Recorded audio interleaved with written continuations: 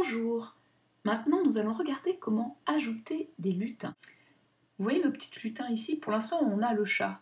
Au fait, est-ce que vous savez qu'on peut donner le nom qu'on veut à son lutin? Vous voyez le petit bouton i ici? On clique dessus et vous voyez qu'ici, on peut le renommer comme on veut. Celui-là, c'est un chat. Allez, on va l'appeler chat. C'est plus clair comme ça. Au passage, vous remarquerez que vous avez des informations ici qui vous permettent de déterminer comment votre chat va changer de position quand il se déplace. Vous voyez que là, en fait, il a un style de rotation, il peut retourner dans tous les sens. Effectivement, je peux le faire regarder dans n'importe quel sens. Parfois, honnêtement, on va vouloir qu'il aille simplement de gauche à droite, parce que sinon ça fait un peu bizarre. Et dans ce cas-là, on va cliquer sur ce bouton-là, et vous verrez que mon chat, il peut regarder à gauche ou à droite, et c'est tout. Si jamais je voulais qu'il regarde que dans un sens, je cliquerais là, mais là, c'est pas le cas. Allez, revenons en arrière. Maintenant, voyons comment on peut ajouter de nouveaux lutins. Vous voyez ces boutons ici? Ce sont ceux-là que nous allons utiliser. Voyons voir le premier. Choisir un lutin dans la bibliothèque. Si je clique dessus, eh bien j'ai le choix dans tout un tas de lutins qui existent déjà et que je peux utiliser comme je veux. Et je peux même, pour aller un peu plus vite, et si j'ai une idée du thème, aller choisir le thème qui m'intéresse. Par exemple, disons que j'ai envie de faire une petite soirée avec des lutins qui dansent. Je vais aller dans musique et danse.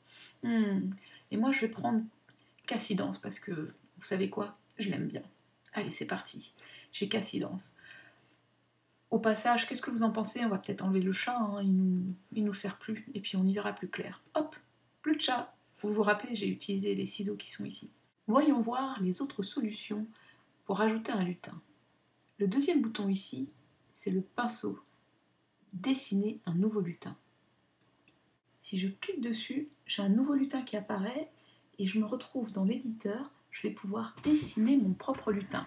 Alors par exemple, on va utiliser le pinceau. Oh, je vais le faire en rose parce que j'aime bien le rose et puis je trouve que le trait est peut-être un peu épais. Allez, je vais le faire plus petit, voilà, comme ça. Hop, hop, hop. Allons-y. On dessine son fantôme.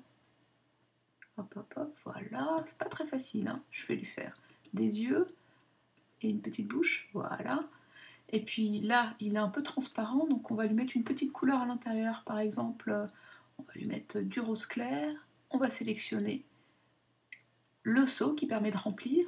Et je vais cliquer ici. Et voilà mon super fantôme tout rose. Il est pas beau là? Regardez, on le voit ici maintenant. Si je reclique sur la scène, je vais pouvoir le déplacer comme ça. Maintenant, continuons à voir les boutons qui nous permettent de créer des sprites. Le bouton suivant, c'est celui-ci, importer le lutin depuis un fichier. Si jamais vous avez déjà une image que vous voulez utiliser comme lutin, eh bien vous pouvez cliquer ici pour aller la sélectionner sur votre ordinateur et l'importer dans Scratch. Et le dernier bouton, nouveau lutin depuis webcam. Qu'est-ce que c'est? Eh bien vous pouvez tout simplement vous prendre en photo avec la webcam de votre ordinateur si vous en avez un et faire un sprite avec.